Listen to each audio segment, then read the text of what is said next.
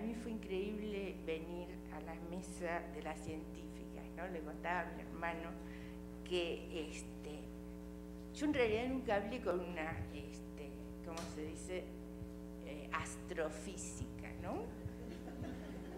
Entonces, sí, entonces está aquí Gloria Dubner, entonces la presentan, que es astrónoma, ¿no? Entonces, para los que no estuvieron presentes, pone primero una imagen del cielo con millones de estrellas y astros, no sé, soles y así, con una flechita y dice, estos acá estamos nosotros, ¿no? No, eso me traumó completamente. Sí, porque además todo lo que iba diciendo unas cosas así increíbles, con una voz así muy tranquilizadora, ¿no? Mientras tanto hablaba de sus hijos, o sea, toda una cosa como que parecía muy normal, pero con unos temas así como para ir al psiquiatra, pero y internarse, ¿no? Y además, por otro lado, y esto quizá tiene que ver con la forma como yo pienso en el arte, después me estuve pensando que, por ejemplo, yo creo cuando era chica, cuando pensé en un astrónomo, entonces me acuerdo que había un libro que estaba el astrónomo y era un señor alto con una toga azul con estrellitas, ¿no? Y después nunca más revisé esa idea, ¿no? Entonces de repente parecía rarísimo que un astrónomo sea una señora de traje, ¿no? Porque para mí era ese señor con la toga, ¿no? Bueno, mejor hablo del arte. Bueno, sí, como contaba, sabés, ¿verdad? Que nací hace mucho, en el 41, en Buenos Aires. Estudié Bellas Artes en Buenos Aires en una época que se entraba a la escuela después de la escuela primaria, o sea que desde los 12 años la disciplina del arte fue como una cosa cotidiana en mi vida. Además,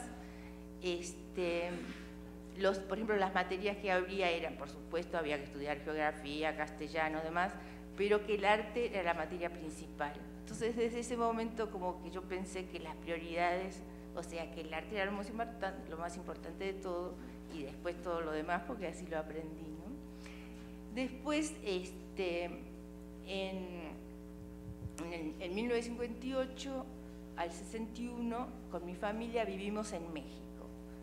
Y esta experiencia fue muy importante porque yo era muy chica, tenía 16 años cuando vine, y era un cambio así muy grande de muchas cosas, de costumbres culturales, desde la hora de comer hasta palabras que se decían de otra forma, hasta la cuestión física y demás. Y yo creo que eso, y el hecho después de haber también vivido en Estados Unidos, esos diferentes contextos y esa percepción de cómo la realidad cambia de acuerdo a los contextos, de alguna manera tiene que ver con las preocupaciones que después aparecen en mi obra, ¿no?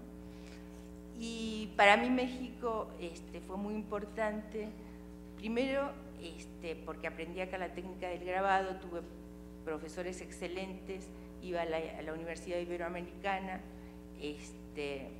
Matías Geritz fue mi profesor en ese momento, y también asistí al principio a cursos libres como oyente en filosofía y letras, y conocí también a muchos escritores jóvenes de la época.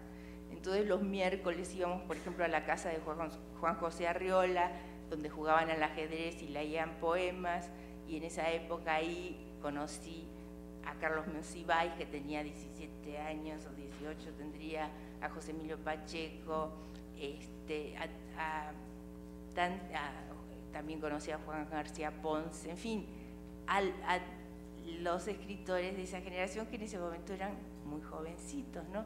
Y también a través de ellos también conocí a Octavio Paz, conocí a Alfonso Reyes, tengo una foto de él dedicada, en fin, una etapa maravillosa. Es más, la primera vez que leí el Aleph de Borges, lo leyó Monsiváis y José Emilio, estábamos los tres y ellos lo leían y comentaban, y hasta este momento cuando yo leo a Borges, escucho la voz de José Emilio, ¿no? Después, y también, o sea, yo me fui concentrando en el grabado. Mi primera exposición fue acá en México a los 17 años en una galería que se llamaba la Galería Proteo. Bueno, después regresé a Buenos Aires, por un tiempo volví a la escuela, terminé un poco los estudios y en 1964, lo voy a abreviar, fui a Nueva York para quedarme por una semana a ver la Feria Mundial y seguir para el viaje obligado de una Argentina a Europa. Pero cuando llegué a Nueva York fue tan impactante para mí la ciudad que decidí quedarme un poco más y todavía estoy ahí, ¿no? O sea, cuando llegué tenía 22 años, era el año 1964 y era un año extraordinario para llegar a Nueva York porque era el año donde Nueva York empezaba a ser el centro, vi las primeras exposiciones del pop art, de Warhol, de Lichtenstein, de Oldenburg, o sea, los vi directamente, ¿no? Y después tuve muchísimas oportunidades para hacer cosas, trabajar y desarrollarme.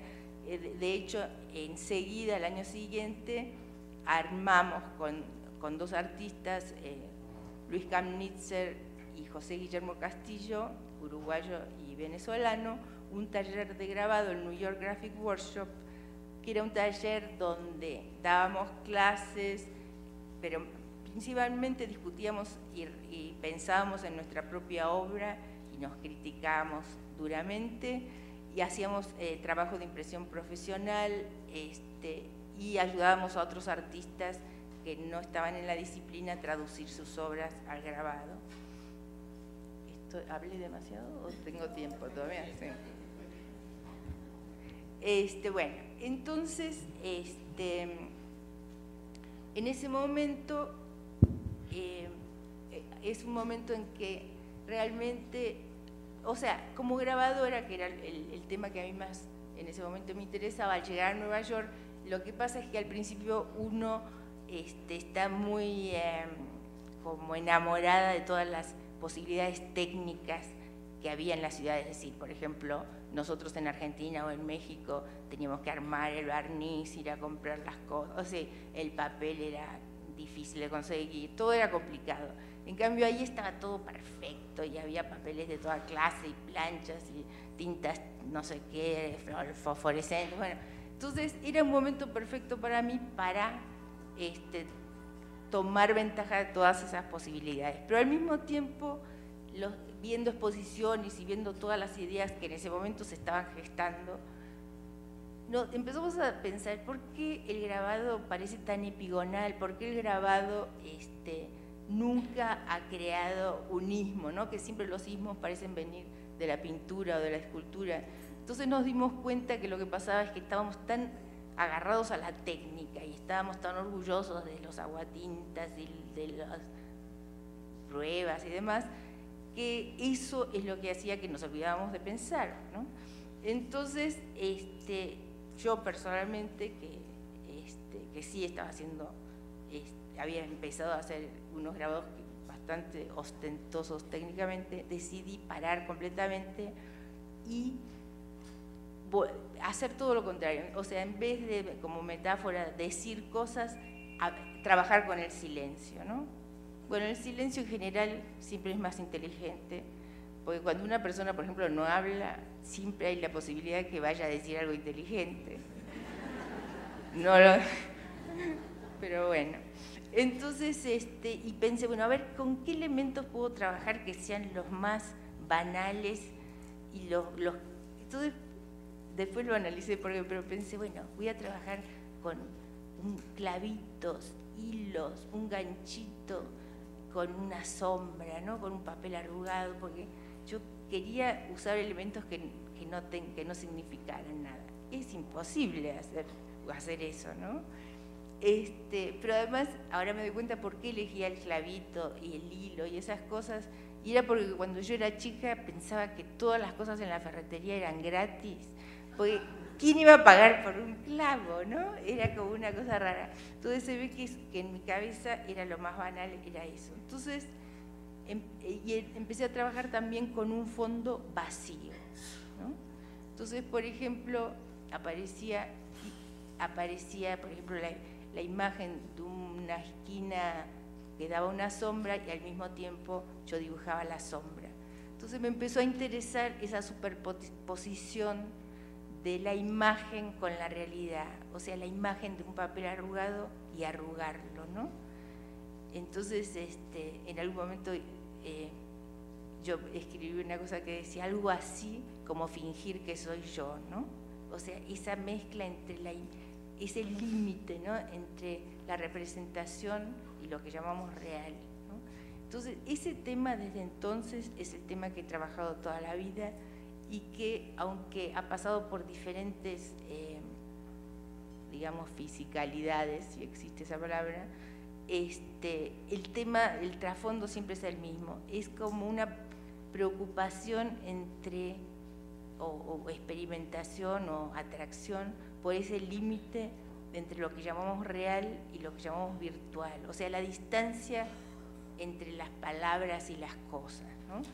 Y la conciencia, además, de que en realidad básicamente no entendemos nada y que todo lo que definimos es una creación. Es decir, por ejemplo, cómo las cosas cambian de idiomas. O sea, por eso me atrae Magritte, ¿no? Magritte hacía cuadros donde usaba lenguaje y, por ejemplo, dibujaba un zapato y le ponía como nombre la nube. Y lo que estaba haciendo era sacarle el nombre a la cosa para que veamos la cosa sin el nombre, ¿no? Y entonces se vuelve mucho más, o sea, nos hace dar cuenta que en realidad nosotros estamos creando todo el tiempo la realidad. Bueno, mejor les muestro algunas imágenes. Como perdón, le mostré la segunda. Bueno. Esto es para contrarrestar con esas cosas del sexo, ¿eh?